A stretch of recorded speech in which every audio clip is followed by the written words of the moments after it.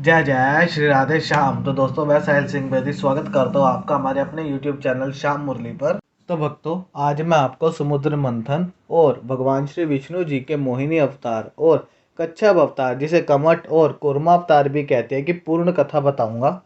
तो भक्तों, एक समय की बात है। एक बार महर्षि दुर्वासा जी इंद्रदेव से मिलने के लिए स्वर्गलोक में गए। तभी इंद्रदेव अपने देवताओं के साथ अपने हाथी ऐरावत पर बैठकर कहीं जाने के लिए तैयार थे। तभी ऋषि दुर्वासा जी ने इंद्रदेव को देखा और इंद्रदेव को देखकर उनका मन बहुत प्रसन्न हुआ और उसी समय उन्होंने अपने विनीत भाव से इंद्रदेव को एक फूलों की माला भेंट करी और इंद्रदेव ने उस माला को स्वीकार किया। परंतु इंद्रदेव ने उस माला को खुद अपने गले में नहीं पहना, बल्कि अपने हाथी ऐरावत के मस्तिष्क पर रख दिया और स्वयं चलने को तैयार हुए। हाथी मद से उन्मत्त हो रहा था। उसने उस खुशबूदार माला को अपनी सूंड से खींचा और पैरों के नीचे कुचल दिया। यह देखकर ऋषि दुर्वासा जी बहुत क्रोधित हो गए और उन्होंने कहा, अरे मूर्ख, तुमने मेरी दी हुई माला का कोई सम्मान नहीं किया। त्रिभुवन की राजलक्ष्मी से संपन्न होने के कारण तुम मेरा अपमान करते हो। जाओ, मैं तुम्हें श्राप देता हूँ। आज से त्रिभुवन की लक्ष्मी नष्ट हो जाएगी और तुम्हारा जो ये वैभव है, ये सब श्रीहीन हो जाएगा। जब ऋषि दुर्वासा जी के श्राप से इंद्र सहित तीनों लोग श्री रहित हो गए, तब इंद्रदेव आदि देवताओं के साथ ब्रह्मदेव जी की शरण में गए और ब्रह्मदेव जी सबको लेकर भगवान श्री विष्णु जी के धाम को गए और उनकी स्तुति की। और भगवान विष्णु जी से कहने लगे, हे प्रभु, हम पहले ही दैत्यों के आक्रमण से बहुत परेशान हैं और अब ऋषि दुर्वासा जी ने भी हमें श्राप देकर श्री रहित कर दिया। आप कृपया हमारी रक्षा कीजिए। तब भगवान श्री विष्णु जी ने देवताओं से कहा, तुम दैत्यों और दानवों के साथ संधि करके मिलजुल कर शीर सिंधु को मदने का उपाय करो। मद्राचल को मदानी और वासुकी नाग को नेति बनाओ।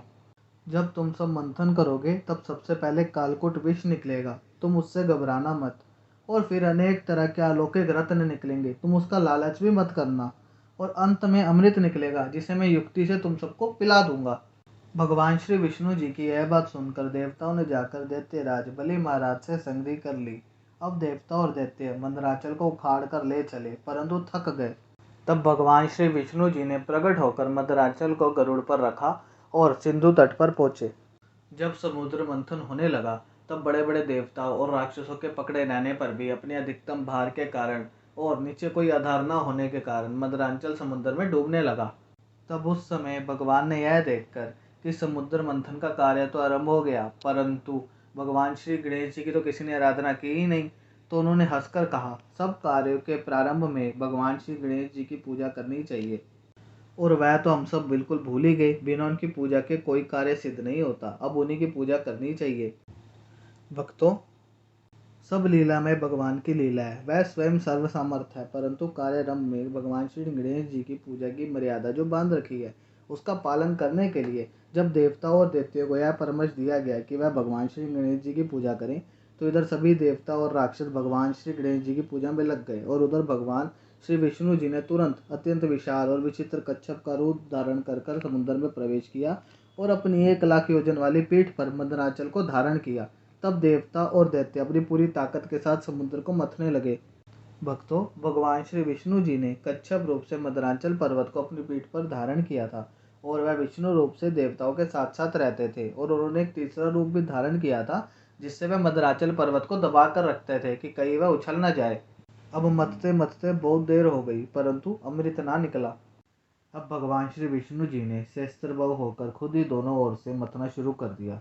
उस समय भगवान श्री विष्णु जी की बड़ी विलक्षण शोभा थी।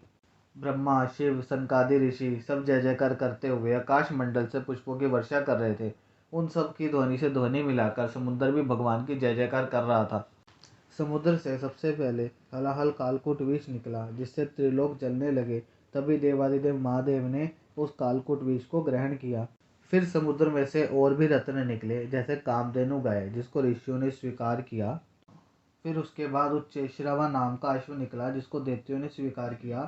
फिर उसके बाद में ऐरावत नाम का एक हाथी निकला, जिसको देवताओं के राजा इंद्र ने स्वीकार किया।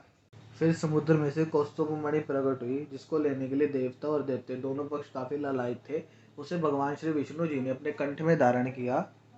फिर उसके बाद कल्प वृक्ष प्रकट हुए, जो कि बिना किसी से पूछे स्वर्ग की ओर चले गए। और फिर उसके बाद अप्सराएं प्रकट हुई, जो अपनी इच्छा से स्वर्ग में चले गई। उसके बाद भगवती श्री लक्ष्मी जी प्रकट हुई, जिन्होंने भगवान श्री विष्णु जी के साथ विवाह किया। फिर उसके बाद वारुणी देवी प्रकट हुई, जिसको दैत्यों ने बड़ी ही प्रसन्नता से स्वीकार किया। उसके बाद समुद्र में से धनुष प्रकट हुआ, जिसको देवताओं और दानवों में से कोई भी नहीं उठा पाया, तो उसे भगवान श्री विष्णु जी ने धारण किया। उसके बाद समुद्र में से चंद्रमा प्रकट हुए, जिनको अनंत आकाश में विचरने के लिए छोड़ दिया गया। उसके बाद दिव्य शंख प्रकट हुआ, जिसको भगवान श्री विष्णु जी ने स्वीकार किया। अंत में अमृत कलश को हाथ में लिए हुए धन्वंतरी जी महाराज प्रकट हुए। फिर दैत्यों ने उनसे अमृत कलश छीन लिया और देवता बहुत उदास हो गए। तब भगवान श्री विष्णु जी ने अपना मोहिनी रूप धारण कर कर दैत्यों को अपनी ओर मोहित कर लिया और उनसे अमृत कलश लेकर सभी देवताओं को अमृत पिला दिया। परंतु जब भगवान देवताओं की पंक्ति में अमृत पिलाने लगे, तभी सूर्य और चंद्रमा के बीच में एक राहु नाम का दैत्य वेश बदलकर बैठ गया और अपनी बारी आने पर वह राक्षस अमृत पी ही रहा होता है कि तभी सूर्यदेव और चंद्रमा उसे पहचान लेते हैं और वह सबको बता देते हैं कि वह कोई देवता नहीं, वह एक राक्षस है।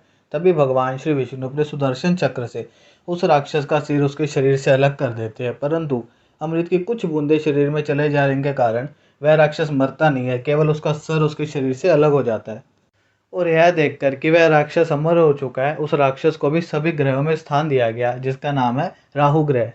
और ऐसा कहा जाता है कि राहु अब भी सूर्य और चंद्रमा से अपना बदला लेने के लिए उनके पर्व अमावस्या और पूर्णिमा पर आक्रमण करता है, जिसे सूर्य ग्रहण और चंद्र ग्रहण कहते हैं। तो भक्तों, ऐसे ही भगवान की कथाओं और लीलाओं का आनंद लेने के लिए आप हमारे चैनल को लाइक और सब्सक्राइब करें। तो भक्तों, आज के लिए इतना ही। जय श्री राधे श्याम।